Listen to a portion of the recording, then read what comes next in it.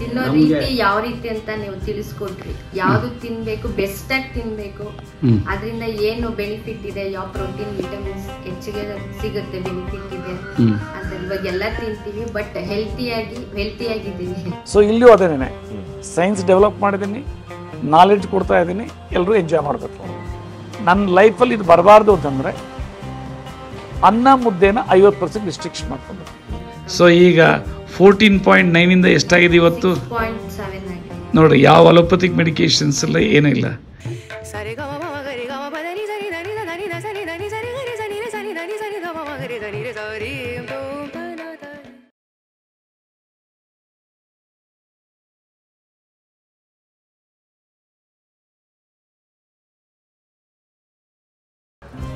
ನಮಸ್ಕಾರ ವಿಶ್ವಪ್ರಭುಗಳಿಗೆ. 2 ವರ್ಷ ಆಗಸ್ಟ್ 5ನೇ ತಾರೀಕು ಶುರು ಮಾಡಿದ್ವಿ, ಮತ್ತೆ ಆಗಸ್ಟ್ ಬಂತು. ಸರ್ ನಮಸ್ಕಾರ. ಸರ್ ನಮಸ್ಕಾರ. ಒಂದೇ ಕಾನ್ಸೆಪ್ಟು, ಏನು ಫುಡ್ ಈಸ್ ಮೆಡಿಸಿನ್, ಆಹಾರವೇ ಪರಮೌಷಧಿಯಿಂದ ಹಿಡಿದು ನೀವು 2 ವರ್ಷ ಜನಗಳಿಗೆ ದಾರಿದೀಪ ನೀವು. ಸೊ ಇವತ್ತು ಅಂಥದ್ದೇ ದೇಶದಲ್ಲಿ, ನಮ್ಮ ಭಾರತ ದೇಶದಲ್ಲಿ 100ಕ್ಕೆ 11 ಜನ ಡಯಾಬಿಟಿಕ್ಸ್, ಸಕ್ಕರೆ ಕಾಯಿಲೆಯಿಂದ ಬಳಲ್ತಾ ಇದ್ದಾರೆ. ಅವರಿಗೆ ಒಂದು ದೊಡ್ಡ ಗೊಂದಲ ಸರ್, ಏನು ಊಟ ಮಾಡಬೇಕು, ಎಂಥದ್ದು ಊಟ ಮಾಡಬೇಕು ಆರೋಗ್ಯಕ್ಕೆ ಪೂರಕವಾಗಿರೋದು. ಸರ್ ನೀವು ಇವತ್ತು ಬೆಳಗ್ಗೆ ನೋಡಿ, ಫಸ್ಟ್ ಹೇಳ್ತೇನೆ, ನೀವು ದಾರಿದೀಪ ಅಂತ ನನ್ನ ಬಗ್ಗೆ ಹೇಳಿದ್ರಿ. ಹೌದು, ನಾನು ನಿಮ್ಮನ್ನ ಒಂದು ದೇವ್ರ ಸ್ವರೂಪ ಅಂತ ಹೇಳ್ತೀನಿ. ಅದೇಂಗೆ ಸರ್? ಯಾಕೆಂದ್ರೆ ಬಂದಾಗ ಜನ ಹೇಳ್ತಾರೆ, ಸರ್ ಕಿಡ್ನಿ ಫೇಲ್ಯೂರ್ ಆಯಿತು, ಸ್ಟ್ರೈಟ್ ಇಲ್ಲಿಗೆ ಬಂದ್ವಿ, ಹಾಸ್ಪಿಟಲ್ಸ್ಗೆ ಹೋಗ್ಲೇ ಇಲ್ಲ, ಆಮೇಲೆ ಏನೇನು ಟೆಸ್ಟ್ ಮಾಡಿಸ್ಕೊಳ್ಬೇಕು ಅನ್ನೋದು ನೀವು ಹೇಳ್ಬಿಟ್ಟಿದ್ದೀರಿ. ಹೌದು.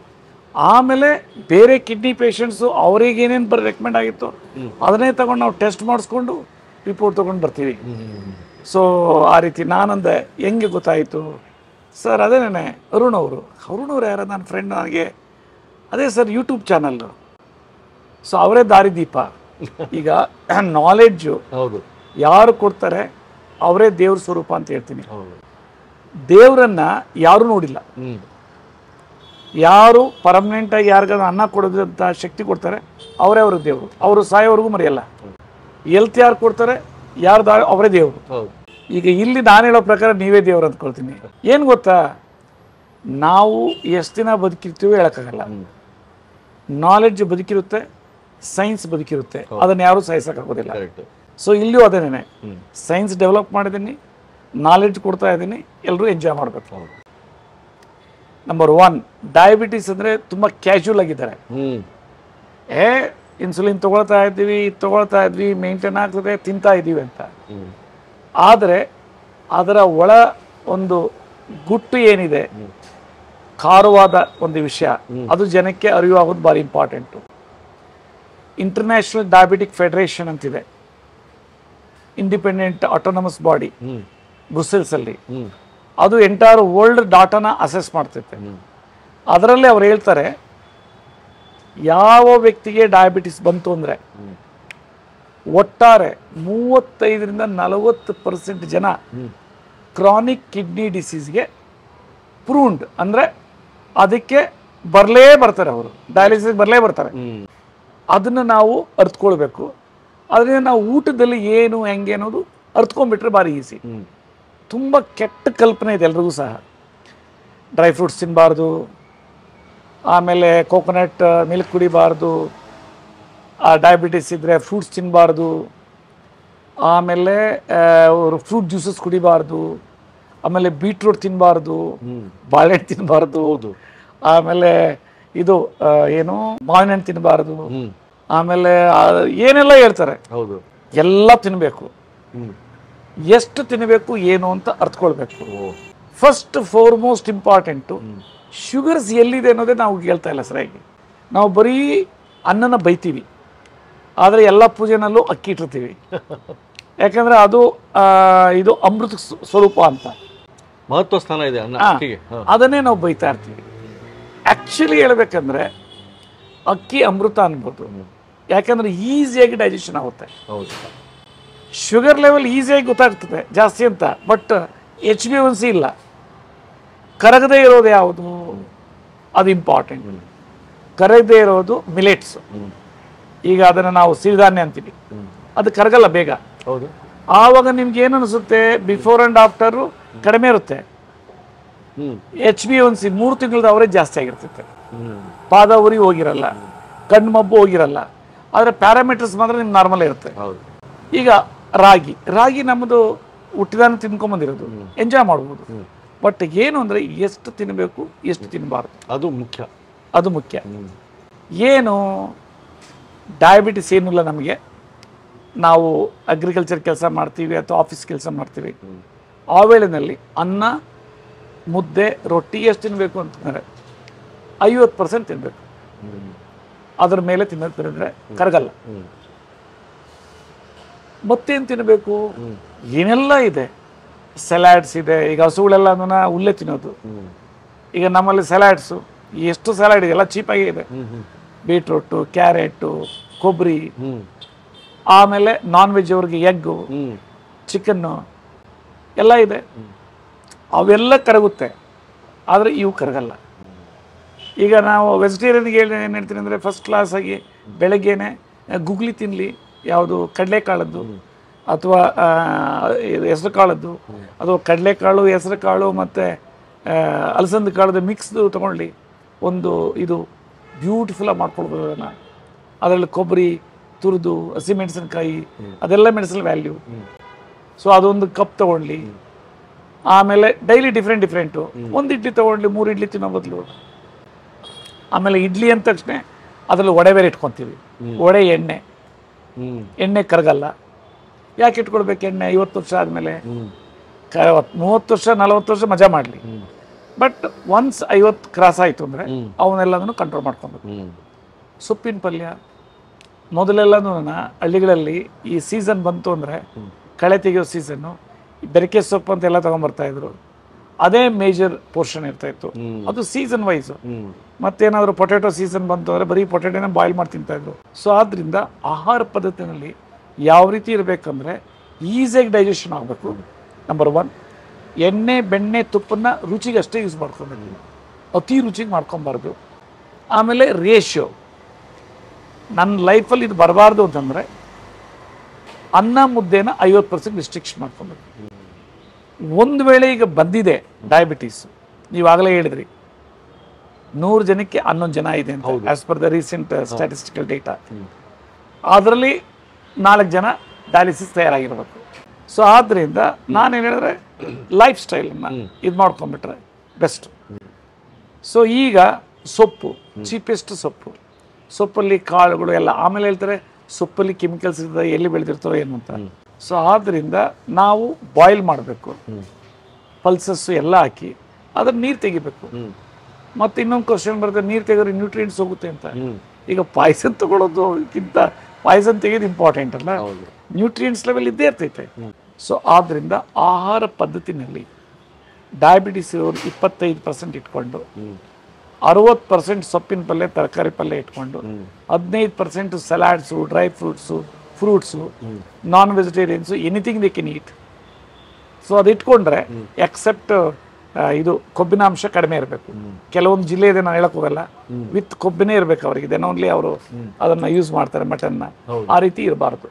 ಡಯಾಬಿಟಿಕ್ ಅಲ್ಸರ್ ಆಗಿ ಆ ಅಲ್ಸರ್ನ 1 ತಿಂಗಳಲ್ಲಿ ಹೆಂಗೆ ಕ್ಯೂರ್ ಆಗುತ್ತೆ, ಗಾಯ ಮಾಯ ಆಗ್ತೈತೆ.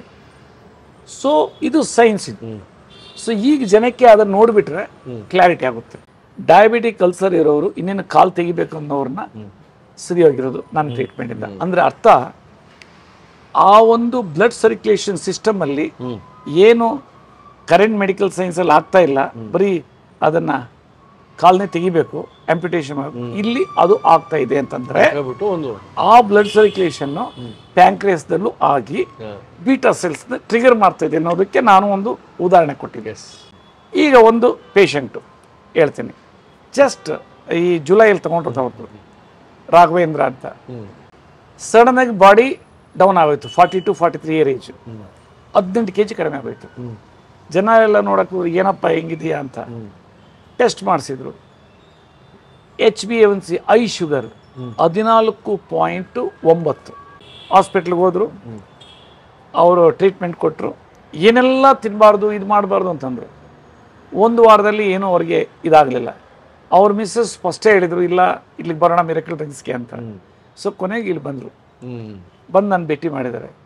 3 ತಿಂಗಳಿಗೆ ಏನೇನು ಸರಿಯೋಗಿದೆ ಅಂದರೆ, ಫಸ್ಟು ಶುಗರ್ ನಾರ್ಮಲ್ ಆಗೋಯ್ತು, HbA1c 14.7 ಅಥವಾ 9, ಅದು 6.7 ಆಯಿತು ಜಸ್ಟ್ 3 ತಿಂಗಳಿಗೆ. ಕಣ್ಣು ಮೊಬ್ಬರಾಗಿದ್ದು ಅದನ್ನು ಡಯಾಬಿಟಿಕ್ ರೆಟಿನೋಪತಿ ಅದು ಸರಿಯೋಯ್ತು, ಮೈಕೈ ನೋವು ನ್ಯೂರೋಪತಿ ಅದು ಸರಿಯೋಯ್ತು. ವೆಯ್ಟು 18 kg ಡೌನ್ ಆಗಿದ್ರಂತೆ, 6-7 kg ಚೆನ್ನಾಗಿದ್ರೆ ಅಂದರೆ ನಾರ್ಮಲ್ ವೆಯ್ಟ್ ಆಗಿದೆ ಆಲ್ಮೋಸ್ಟ್. ವೀಕ್ನೆಸ್ ಹೊರಟೋಯ್ತು. ಆ ರೀತಿ ಅವ್ರ ಬಾಡಿ ಹೀಲ್ ಆಗಿದೆ. ಅಂದರೆ ನಿಮ್ಮ ಶರೀರ ಒಂಥರ ಕ್ಲೀನ್ ಶರ್ಟ್ ಇದ್ದಂಗೆ, ಸ್ವಲ್ಪ ಕೊಳೆಯಾಗಿರುತ್ತೆ, ಅದನ್ನು ಸ್ವಚ್ಛ ಮಾಡಬೇಕು ಮತ್ತೆ ಅದನ್ನು ಐರನ್ ಮಾಡಬೇಕು, ಅಂದರೆ ಅದನ್ನು ನರಿಶ್ ಮಾಡಬೇಕು ಅಂತ ಹೇಳ್ತೀನಿ. ಸೊ ರಾಘವೇಂದ್ರ ಅವ್ರ ಮಾತಿನಲ್ಲೇ ನೋಡ್ಬೋದು ಇದು ಗುಣ ಆಗಿದೆ ಅಂತ. ಎಸ್. ಆಮೇಲೆ ಸರ್ ಇಲ್ಲಿ ಇಟ್ಕೊಂಡಿದ್ರೆ ಅವಾಗಿಂದ ಈಗ ಏನು ಗೊತ್ತಾ, ಈ ಡಯಾಬಿಟಿಸ್ ಅಂದ ತಕ್ಷಣ ಭಯಪಡ್ತಾರೆ. ಏನು ಬೀಟ್ರೂಟ್ ತಿನ್ನೋದಕ್ಕೆ, ಆಮೇಲೆ ಡೇಟ್ಸ್ ಖರ್ಜೂರ ತಿನ್ನೋದಕ್ಕೆ, ಆಮೇಲೆ ದ್ರಾಕ್ಷಿ ತಿನ್ನೋದಕ್ಕೆ, ಕೊಬ್ಬರಿ ತಿನ್ನೋದಕ್ಕೆ, ಆಮೇಲೆ ಆಲ್ಮಂಡ್ ತಿನ್ನೋದಕ್ಕೆ, ಇವೆಲ್ಲದನ್ನ. ಈಗ ಕೊಬ್ಬರಿದೇ ಮಿಲ್ಕ್ ಮಾಡಿ ತೋರಿಸ್ತೀನಿ, ಅದೊಂದು ಗ್ಲಾಸ್ ಕುಡಿದ್ರೆ ಎಷ್ಟು ಶಕ್ತಿ ಬರ್ತದೆ. ಎಸ್ಪೆಷಲಿ ವೆಜಿಟೇರಿಯನ್ಸ್ಗೆ ಊಟ ಮಾಡಕ್ ಮನಸ್ಸೇ ಬರೋದಿಲ್ಲ, ಅವಾಗ ಆಟೋಮೆಟಿಕ್ಲಿ ಅನ್ನ ರೊಟ್ಟಿ ಕಡಿಮೆ ತಿಂತಾರೆ. General ಹೆಲ್ತ್ಗೆ number 1. ಸರ್ ನೀವೇನೋ ಮಾಡಿ ತೋರಿಸ್ತೀರಿ, ಇದು ಡಯಾಬಿಟಿಸ್ ತಗೋಬೋದಾ ಅಂತ. ಅದಕ್ಕೋಸ್ಕರ ಈಗ ಡಯಾಬಿಟಿಕ್ ಎಪಿಸೋಡ್ನಲ್ಲೇ ಇದನ್ನ ಮಾಡಬೇಕು ಅಂತ ನೋಡೋಣ sir. Yes yes, thank you. ತೆಂಗಿನಕಾಯಿ ಹಾಲು ವಿತ್ ಡ್ರೈ ಫ್ರೂಟ್ಸ್, ಇದು ಯಾರ್ಯಾರಿಗೆ ಒಳ್ಳೆಯದು? ಕ್ಯಾನ್ಸರ್ ಪೇಷಂಟ್ಗೆ ಸೂಪರ್ ಫುಡ್. ಆಮೇಲೆ ಸ್ಮಾರ್ಟ್ ಆಗಬೇಕು, ಸ್ಕಿನ್ ಗ್ಲೋಯಿಂಗ್ ಆಗಬೇಕಂದ್ರೆ ನಂಬರ್ 1. ಆಮೇಲೆ ಒಬೆಸಿಟಿಯವರಿಗೆ ಅನದರ್ ಗ್ರೇಟ್ ಫುಡ್, ಡಯಾಬಿಟೀಸ್ನವರಿಗೆ another great food, especially vegetarians. But kidney patients ತೊಗೊಳ್ಬಾರ್ದು, ಬರೀ ಡಯಾಬಿಟಿಸ್ ಪೇಷಂಟ್ ನಾನು ಹೇಳಿರೋದು. ಸೊ ಈಗ ಇದರಲ್ಲಿ ಕೊಬ್ಬರಿ ಇದೆ. ಫಸ್ಟು ಈ ಕೊಬ್ಬರಿನ ತೆಗೆದು ಮಿಕ್ಸಿನಲ್ಲಿ ಹಾಕ್ಬಿಟ್ಟು ಸ್ವಲ್ಪ ನೀರು ಹಾಕ್ಕೊಂಡು ಶೋಧಿಸ್ಬಿಟ್ರೆ ಕೊಬ್ಬರಿ ಮಿಲ್ಕ್ ಆಗ್ತೈತೆ. ಈಗ ಇದರಲ್ಲಿ ಆಲ್ಮಂಡು ಮತ್ತು ಇದು ಗೋಡಂಬಿ, ಆಮೇಲೆ ದ್ರಾಕ್ಷಿ, ಆಮೇಲೆ ಡೇಟ್ಸ್ ಇದೆ, ಖರ್ಜೂರ ಇದೆ. ಸೊ ಇದನ್ನು ಒಂದು ಅರ್ಧ ಕಾಯಿ 1 ಗ್ಲಾಸ್ ಮಾಡ್ಬೇಕಂದ್ರೆ ಇದೊಂದು 2 ಟೇಬಲ್ ಸ್ಪೂನು, ಇದೊಂದು 2 ಟೇಬಲ್ ಸ್ಪೂನು, ಇದು 1 ಟೇಬಲ್ ಸ್ಪೂನು, ಇದೊಂದು 3. ಬ್ಯೂಟಿಫುಲ್ ಆಗಿರ್ತೈತೆ. ಸೊ ಈಗ ಏನು ಮಾಡಬೇಕು, ಫಸ್ಟ್ ಇದನ್ನ ಹಾಲು ಮಾಡ್ಕೊಂಡ್ಬಿಡ್ಲಿ, ಆಮೇಲೆ ಇದನ್ನ ಪೇಸ್ಟ್ ಮಾಡ್ಕೊಂಡು ಅದನ್ನು ಮಿಕ್ಸ್ ಮಾಡ್ಕೊಂಡು ಬರಲಿ, ಅದನ್ನು ಇದು ಮಾಡೋಣ. ಓಕೆ ಸರ್, ನೋಡ್ಬೋಣ ಸರ್. ನೋಡು, अभी देख लो, इसको दूध बना करके, इसको पेस्ट बना करके, दूध को फिल्टर करके, उसको सारे ये करके ले आइए मिक्सी में, अगेन दोनों मिक्स करके. ಸೊ ಈಗ ನೋಡ್ರಿ, ಈಗ ಏನು ಮಾಡಿದೆ, ಫಸ್ಟ್ ಹಾಲ್ ಮಾಡ್ಕೊಂಡ್ರು, ಆಮೇಲೆ ನಾನೇನೇನು ತೋರಿಸಿದ್ನಿ ಆ ಇಂಗ್ರೀಡಿಯಂಟ್ ಪೇಸ್ಟ್ ಮಾಡ್ಕೊಂಡ್ರು, ಅವೆರಡನ್ನೂ ಮಿಕ್ಸಿನಲ್ಲಿ ಹಾಕಿ ಇದು ಮಾಡಿದ್ರು. ಈಗ ಮಾಡಿದೆ, ಹೆಂಗಿದೆ ಅಂದ್ರೆ ಟೇಸ್ಟು ನೀವು ಇಮ್ಯಾಜಿನ್ ಮಾಡ್ಕೊಳಕ್ಕಾಗಲ್ಲ. ಈಗ ಏನಂದ್ರೆ ಇಷ್ಟು ಗ್ಲಾಸ್ ನಾನು ಒಬ್ಬನೇ ಕೊಡಿದ್ರೆ ಚೆನ್ನಾಗಿರಲ್ಲ, ಎಲ್ಲರೂ ಹಂಚ್ಕೊಳ್ಬೇಕು. ಸೊ ಒಂದು ಸಣ್ಣ ಗ್ಲಾಸ್ ಕೊಡಪ್ಪ. ನೋಡ್ರಿ ಈಗ ಇದಾಕಿದೆ, ಹೆಂಗಿದೆ ಅಂದ್ರೆ ಯು ಕಾಂಟ್ ಇಮ್ಯಾಜಿನ್.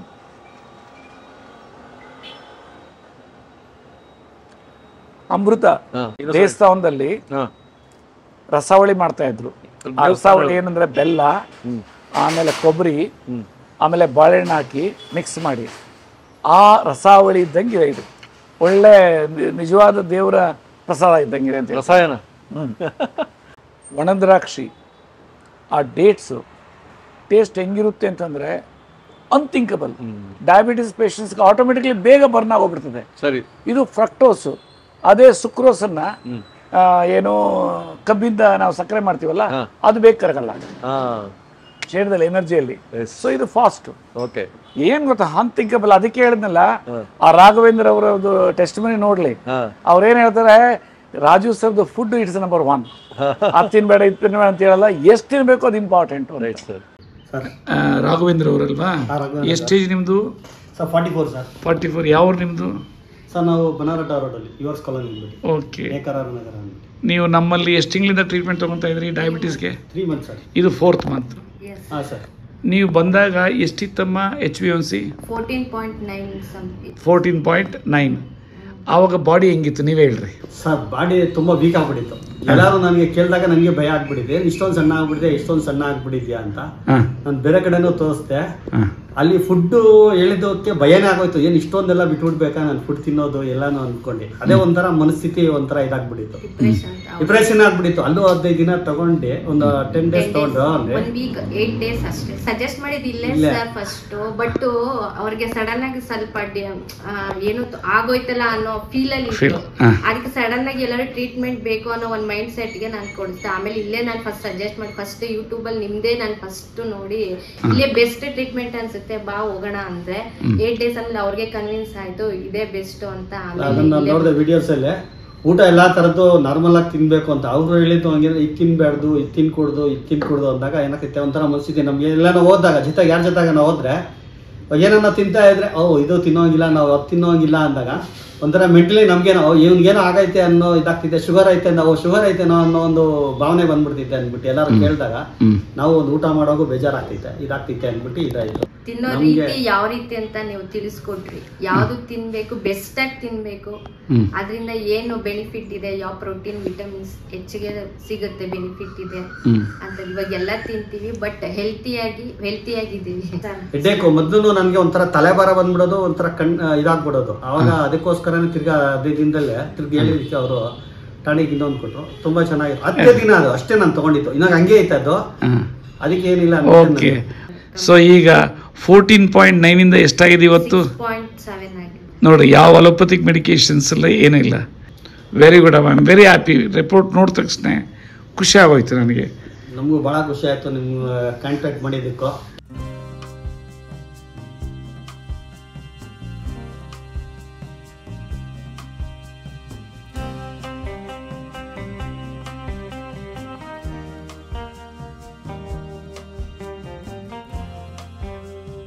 ಇನ್ನೂ ಅನೇಕ ಸ್ವಾದಿಷ್ಟ ರೆಸಿಪಿಗಳಿಗಾಗಿ ಸಬ್ಸ್ಕ್ರೈಬ್ ಮಾಡುವುದನ್ನು ಮರೆಯಬೇಡಿ.